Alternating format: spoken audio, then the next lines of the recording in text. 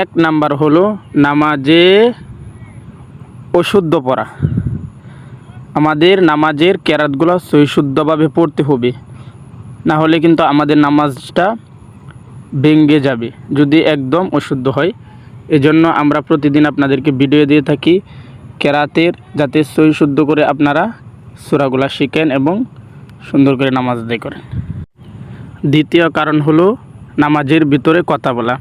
অনেকেই আছি আমরা যারা বুঝি না, কোনো বাচ্চা বা অন্য সাথে কেউ থাকলে আমরা বলি যে ওই দিকে যাও নামাজের মাধ্যমে, এমন কথা বললে নামাজ নষ্ট হয়ে যাবে। 3 নাম্বার হলো নামাজে লোককে সালাম দেয়া। নামাজের মধ্যে কাউকে সালাম দেওয়াও যাবে না, কারো সালাম নেওয়াও যাবে না। যদি সালাম দেন অথবা সালাম নেন তাহলে আমাদের নামাজ কি নষ্ট হয়ে যাবে। 4 নাম্বার ও শব্দ করা, মানে কোনো ওজর ছাড়া, কোনো দরকার ছাড়া। 6 নাম্বার বিনা ওজরে কাশা যাবে। যখন আপনার কাশি আসবে, আপনার হাসি আসলে আপনি হাসি দিতে পারবেন। যদি ইচ্ছা করে আপনি এমন করেন তাহলে আপনার নামাজ ভেঙে যাবে। 7 নাম্বার হলো আমলে কাসির করা। আমলে কাসির বলা হয় যে আপনি নামাজ পড়তেছেন, বাহিরের এক লোক দেখে যদি আপনাকে বলে যে আপনি নামাজের ভিতরে নাই, নামাজের বাহিরে একটা মানুষ দেখে যদি মনে করে যে আপনি নামাজে নাই, তাহলে আপনার নামাজটা কি নষ্ট হয়ে যাবে। এটাকে আমলে কাসির বলা হয়। 8 নাম্বার হলো বিপদে কি বেদনায় শব্দ করিয়া কাঁদা।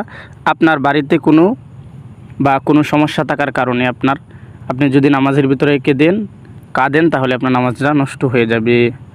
9 নাম্বার 3 তাসবিহ পরিমাণ সতর খুলিয়ে থাকা। এর থেকে বেশি সময় যদি আপনার সতর, মানে আপনার হাঁটু খোলা থাকে বা আপনার যে সতর আছে পুরুষের সতর যদি খোলা থাকে তাহলে আপনার নামাজটা কি নষ্ট হয়ে যাবে। 10 নাম্বার মুক্তাদি ব্যতীত অপর ব্যক্তিকে লুকমা নেওয়া।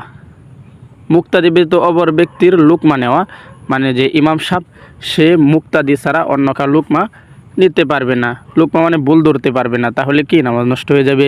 সুসংবাদ অথবা দুঃসংবাদে উত্তর দেওয়া।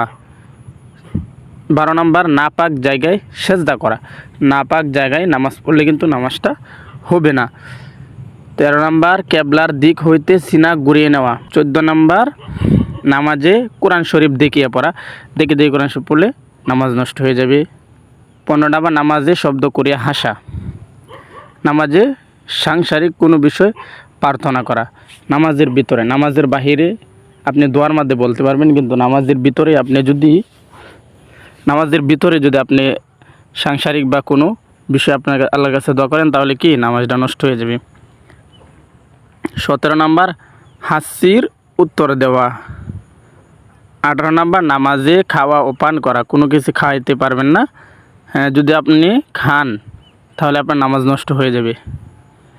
19 নাম্বার ইমামের আগে মুক্তাদি দাঁড়ানো।